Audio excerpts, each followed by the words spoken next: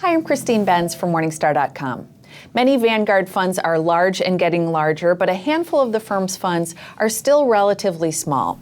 Joining me to discuss some of the better ones is Russ Kinnel. He is Director of Manager Research for Morningstar. Russ, thank you so much for being here. Glad to be here. We've been observing this Vanguard juggernaut where it seems like every time we talk about fund flows, we see more and more flows going to Vanguard funds. But there are a small handful of funds that haven't yet accumulated a lot in assets. You took a look at medalist funds that don't have huge asset bases at this point. All of the funds that you pulled actually have asset bases of less than $3 billion. So I want to talk about some of them with you, Russ. The first is Vanguard International Dividend Appreciation. I think a lot of our viewers are probably familiar with Vanguard Dividend Appreciation, the U.S. equity version. This is an international spin on the same general idea, right?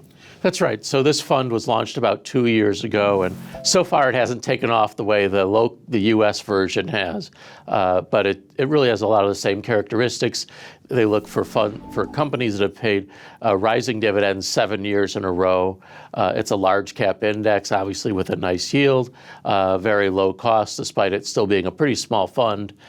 So it's got a lot of promise. So far, performance has been nothing special, but it's only 2 years out of the gate, and then it's an index fund, so I'm not too worried about that part of it. Okay, so this is one, as is Vanguard's tendency, where we've got the index traditional mutual fund, and you also have an ETF that's run as a share class of the traditional mutual fund. So the ticker of the ETF is VIGI. Do we have a preference about whether investors go for the traditional index mutual fund or the ETF? Not at all. They're both very cheap. It depends a little bit about transaction costs, who you're buying it through, and whether doing additional investments will cost you money. Obviously, if it does, then I would go with the open end. But they're both very cheap, so I don't really have a preference, no. Okay, and that one's bronze rated, correct? That's right. Okay. Another fund that is actively managed, well, sort of actively managed, and you're going to talk about that, is Vanguard US Value. This one's silver rated. It's large cap value. Let's talk about this fund. Yeah, it's an actively managed fund under 30 basis points and under $2 billion in assets. So a really good deal. Vanguard doesn't wait for a fund to get huge before they start giving you a good deal on fees.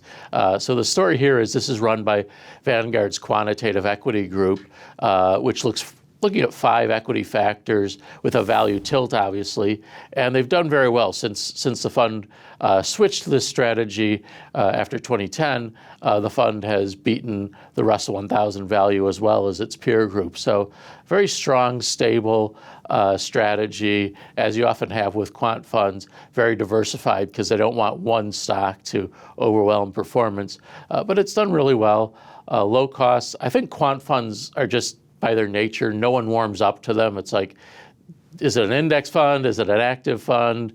The answer to both is kind of, well, it's not really an index fund, but people don't like quant funds, but I think there's a lot of appeal here. Okay, and maybe investors would be less likely to performance chase or something if there's not a star manager who's running the show? That's right. There isn't a star manager. It's very much a team of quants running this strategy, and we recently raised it to silver because we really have a lot of conviction in a fund, especially at these low costs. They don't have a lot of ground to make up just to match an index. Okay.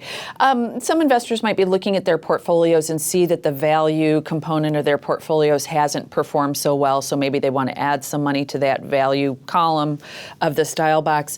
Is this kind of a pure play value fund, would you say?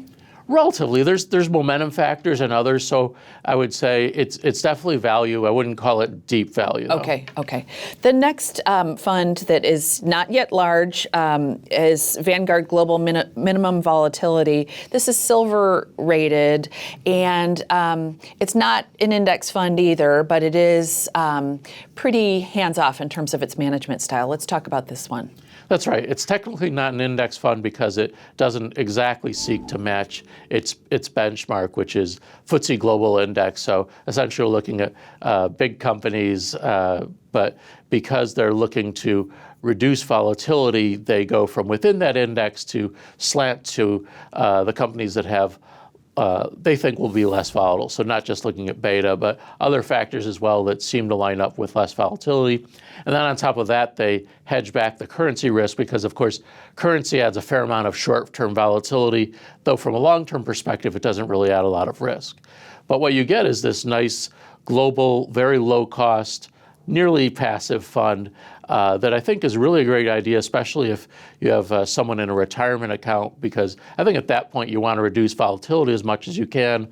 But I also don't think many investors can afford to avoid foreign equities. I think foreign equities have a lot of return potential, and they really don't have more risk than the U.S. outside of that currency issue. So I think it's a really good fund that's been kind of overlooked. Okay, so you kind of stated the case for this low volatility strategy. There's also some data to point to low volatility strategies outperforming, which seems kind of counterintuitive. You might expect them to hold down risk, but actually in some market environments, they look better on a returns basis. That's right. These low volatility strategies have been tested and people have found good returns. But I think even if the absolute returns are not superior on a risk-adjusted basis, they should be good.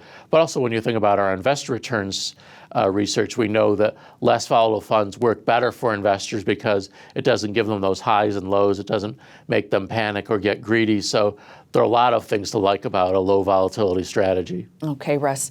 Thanks for sharing your insights. Thanks for being here to share a short list of Vanguard hidden gems. You're welcome. Thanks for watching. I'm Christine Benz for Morningstar.com.